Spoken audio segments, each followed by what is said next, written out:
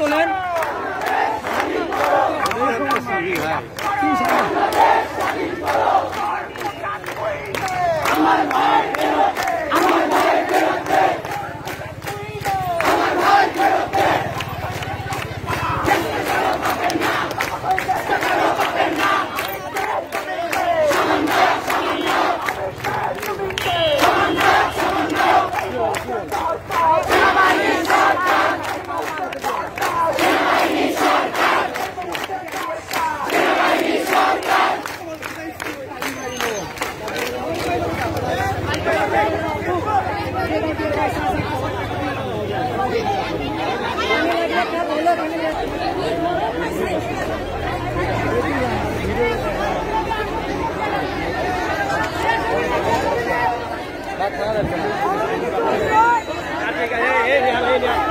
সবাই একটু বসে পড়েন, কষ্ট করে বসে পড়েন।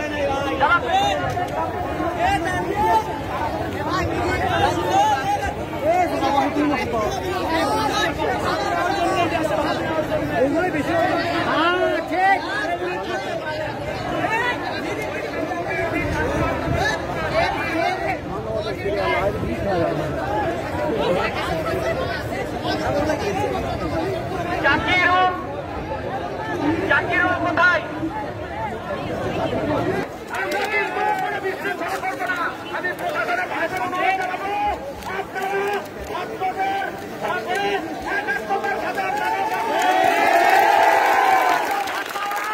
আমরা কোনো সহিংসতা চাই না, আমরা কোনো গুলি বর্ষণ চাই না, আমরা কোনো ভয়ের রক্ত ঢলতে চাই না।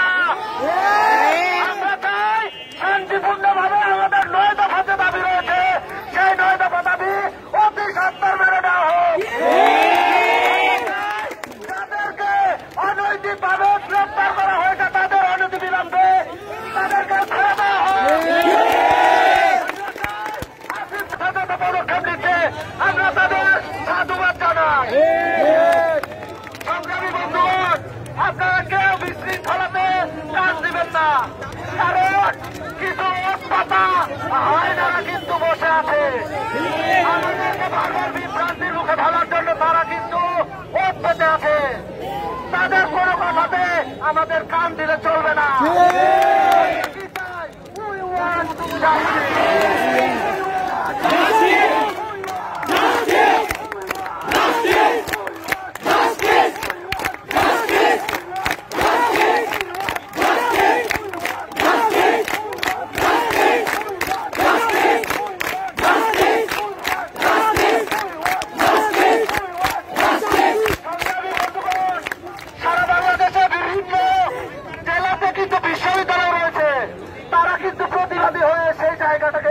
ভালোভাবে সংঘবদ্ধ হয়েছে, কিন্তু আমার বগুড়াতে কোন সংবিধিগত বিশ্ববিদ্যালয়, তারপরেও বগুড়ার ছাত্ররা কিন্তু বসে নেই। বগুড়ার জন্য গর্বের বিষয়। কলেজ, শাহসুলতান কলেজ, শহীদ আহমেদ কলেজ, পাশাপাশি ইন্টারমিডিয়েট কলেজ এবং হাই স্কুলের ছেলেরা কিন্তু মাঠে নেমে। তারা কিন্তু অন্যায় কোনো দাবি করে নাই, তারা চাকরি চায় নাই, তারা কিন্তু অন্যায় ভাবে কোনো কিছু চায় নাই। তারা চেয়েছে কি? শুধু অধিকার, শুধু অধিকার চেয়েছে। বাংলাদেশে কখনো 56% কোটা হতে পারে না। কোটা যেহেতু বাতিল করাই হলো, আমাদের প্রশ্ন এত দেরি কেন করা হলো?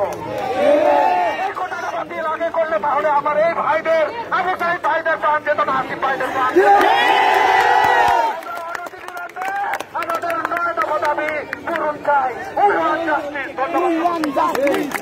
want justice. We want justice. We want justice. We want justice. We want justice. We want justice. We want justice. We want justice. We want justice. We want justice. We want justice.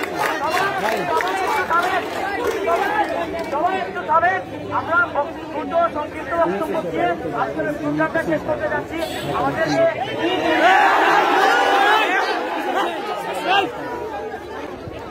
আমাদের যে কার্যক্রম এটা মূলত কেন্দ্রীয়ভাবে যারা সমন্বয়ক আছে ঢাকায়, যে 59 জনের সমন্বয় কমিটি আছে, তাদের যে আদেশ থাকবে, তাদের যে কর্মসূচি থাকবে, আমরা সেই অনুযায়ী বগুড়ার ছাত্ররা কর্মসূচি পালন করব।